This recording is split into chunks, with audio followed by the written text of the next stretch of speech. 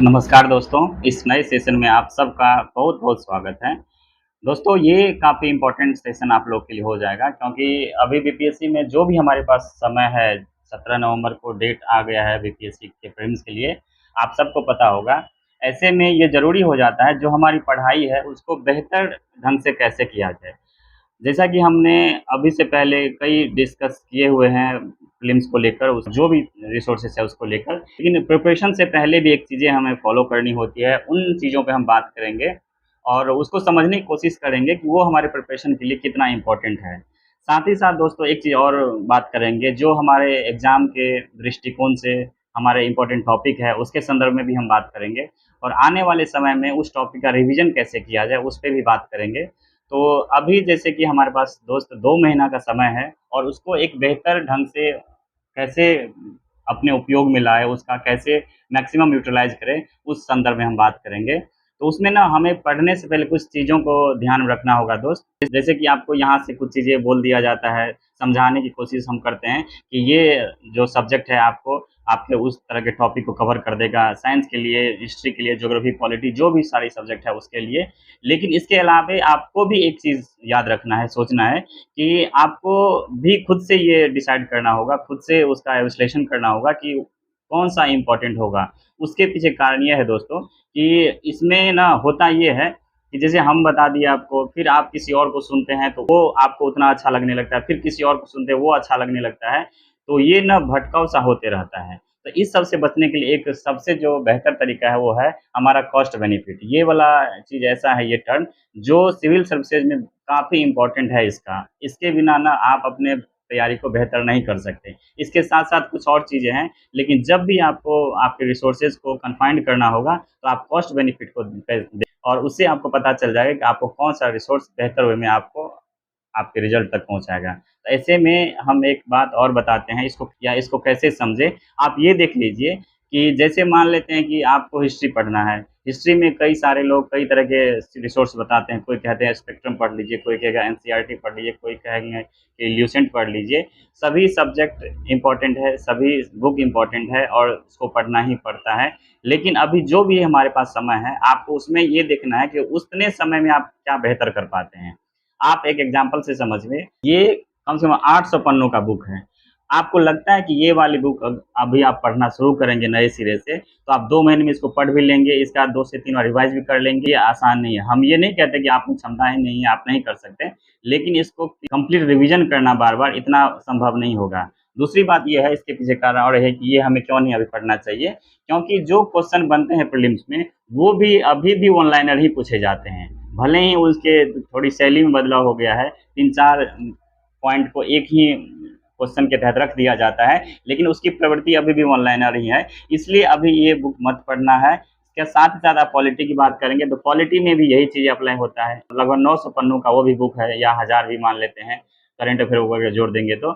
तो आपको लगता है कि वो अभी इतना पॉसिबल होगा, उसको पढ़ भी लें, रिवाइज़ भी कर लें, तो इसलिए कहते हैं कॉस्ट बेनिफिट पे ध्यान दीजिए। आपको ये सोचना होगा कि अगर 30 क्वेश्चन हिस्ट्री में पूछे जाते हैं, अगर 20 से 25 प्रश्न अगर हमारे एक बुक को पढ़ने से हो जाता है, तो हम फिर 5 प्रश्न के लिए क्यों एक्स्ट्रा बुक पढ़ें? क्यों हम 1 या 2 बुक और पढ़ें?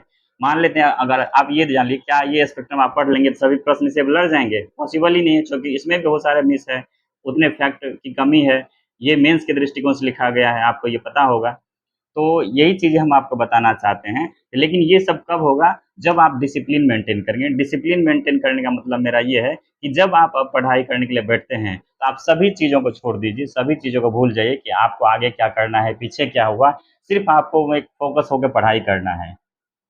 क्योंकि जब तक आप डिसिप्लिन मेंटेन नहीं करेंगे, तब तक आपकी तैयारी कंप्लीट नहीं होगी और आपका फिर रिज़ल्ट गड़बड़ हो जाएगा। इसके पीछे कारण ये है दोस्तों कि जब भी हम पढ़ना शुरू करते हैं, तो हमारे मन में कई सारी चीज़ें आने लगती है कि मेरा होगा या नहीं होगा या होगा। हम इतने मोटिवेट कभी-कभी हो जाते हैं कि ओवरथिंकिंग में हम चले जाते हैं। हम बहुत सारी चीज़ें सोचने लगते हैं, मेरा होगा तो ये कर लेंगे, मेरा होगा तो वो कर लेंगे। तो इन चीज़ों से बचना है, आपको डिसिप्लिन मेंटेन करना है। अगर आप 8 घंटे पढ़ सकते हैं, तो 8 घंटे रेगुलर वे में पढ़िए और अच्छे तरीके से पढ़िए, केवल पढ़ना है तो केवल पढ़ना है, उसके बाद आप कुछ और काम करेंगे।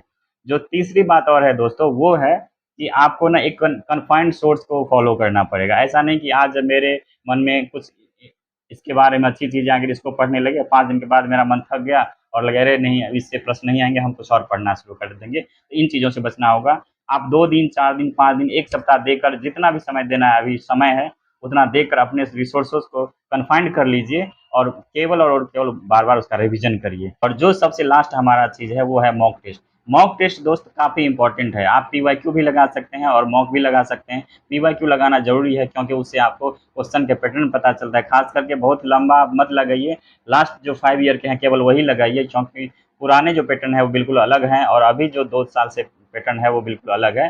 तो 2-5 साल का आप लगा लीजिए पीवाईक्यू और उसके बाद मैक्सिमम टाइम आप मॉक टेस्ट पे दीजिए और कन्फाइंड कर लीजिए रिसोर्सेज को और उसी को बार-बार रिवीजन करिए, क्योंकि कम से कम 4 से 5 बार आपको रिवाइज़ करना होगा, तब जाकर ये नेगेटिव मार्किंग वाली जो प्रणाली है, इसमें आपका अच्छा स्कोर होगा और आपका रिजल्ट होगा, आप कट ऑफ क्लियर कर पाएँगे। नहीं तो इस तरह के भटकाव में रिजल्ट नहीं होगा दोस्तों। आप कभी ये पढ़ेंगे, कभी वो पढ़ेंगे और कब टाइम बीत जाएगा आपको कुछ भी पता नहीं चलेगा। इसलिए आप लोग इस तरीकों का उपयोग करके अच्छे से पढ़ाई करिए, आप ज़रूर सफल होंगे, आपके कट ऑफ ज़रूर क्लियर होंगे और जैसे ही प्रीलिम्स हमारा होगा, हम यहाँ से मेंस के लिए कंप्लीट वे में टॉपिक टू टॉपिक रिवीजन शुरू करेंगे, उस आंसर राइटिंग शुरू करेंगे, सभी चीज़ें हम एक-एक करके शुरू करेंगे। तो इसलिए अभी आप पूरी तरह से अपने प्रीलिम्स पे फोकस करिए, मेंस की चिंता छोड़ दीजिए। मेंस के लिए जो भी हमारे पास 3 से 4 महीना समय बचेगा आने वाले समय में, हम उस पे यहाँ से बेहतरीन वे में काम करेंगे। आपको और जहाँ भी कोचिंग ले रहे हैं या जो भी चीज़ें कर रहे हैं वो करते रहिए, लेकिन आंसर राइटिंग के लिए हम यहाँ पे 2 से 3